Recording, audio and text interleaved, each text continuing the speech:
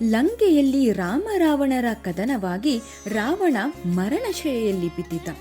ರಾಮ ಲಕ್ಷ್ಮಣನನ್ನ ಕರೆದು ರಾವಣನ ಬಳಿಗೆ ಹೋಗಿ ಆತನಿಂದ ಸಿದ್ಧಾಂತಗಳು ಮತ್ತು ರಾಜಕೀಯವನ್ನ ಕಲಿತುಕೊಂಡು ಬಾ ಎಂದ. ರಾವಣನ ಬಳಿಗೆ ಹೋದ ಲಕ್ಷ್ಮಣ ತನ್ನ ಇಚ್ಛೆಯನ್ನ ವ್ಯಕ್ತಪಡಿಸ್ತಾನೆ. ಮರಣಶಯ್ಯೆಯಲ್ಲಿದ್ದರೂ ರಾವಣ ಹೇಳಿದ ಒಂದೊಂದು ವಿಚಾರಗಳು ಲಕ್ಷ್ಮಣನಿಗೆ ಅಚ್ಚರಿ ಹುಟ್ಟಿಸಿದ್ವು. ರಾವಣ, ನೀನು ಪ್ರಕಾಂಡ ಪಂಡಿತ, ನಿಜವಾಗಿಯೂ ಶ್ರೇಷ್ಠ ವ್ಯಕ್ತಿ. ನಿನ್ನ ಜ್ಞಾನವನ್ನು ಮೆಚ್ಚಲೇಬೇಕು.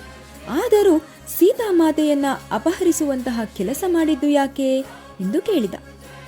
ರಾವಣ ನಿರ್ಭಿಡೆಯಿಂದ, ಲಕ್ಷ್ಮಣ, ನಾವು ರಾಕ್ಷಸ ಕುಲದವರು. ಹಗಲು ರಾತ್ರಿ ಇಂಥದ್ದೇ ಕಾರ್ಯ ನಡೆಯುವುದನ್ನು ನೋಡುತ್ತಾ ಬೆಳೆದು, ಹಾಗಾಗಿ ಸೀತಾಮಾತೆಯನ್ನ ಅಪಹರಿಸಿದ್ದಕ್ಕೆ ನನಗೆ ಬೇಸರವಿಲ್ಲ ಎಂದ.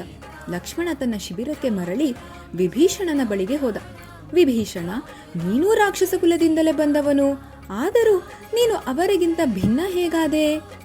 ಅದಕ್ಕೆ ವಿಭೀಷಣ ಹೀಗೆ ಹೇಳ್ತಾನೆ, ನಾನು ಸಹ ಅನ್ಯಾಯವನ್ನೇ ಉದ್ದಟತನವನ್ನೇ ನೋಡುತ್ತಾ ಬೆಳೆದೆ. ಅವರು ಮಾಡುವಂತಹ ಅನಾಚಾರವನ್ನ ನಾನು ಮಾಡುವುದಿಲ್ಲ ಎಂದು ಆಗಲೇ ನಿರ್ಧರಿಸಿಕೊಂಡೆ. ಹೀಗೆ ವಿಚಾರಗಳು ಒಂದೇ ಆಗಿದ್ದರೂ ನೋಡುವ ದೃಷ್ಟಿಕೋನ ಭಿನ್ನವಾಗಿರುತ್ತದೆ ಅಲ್ವಾ?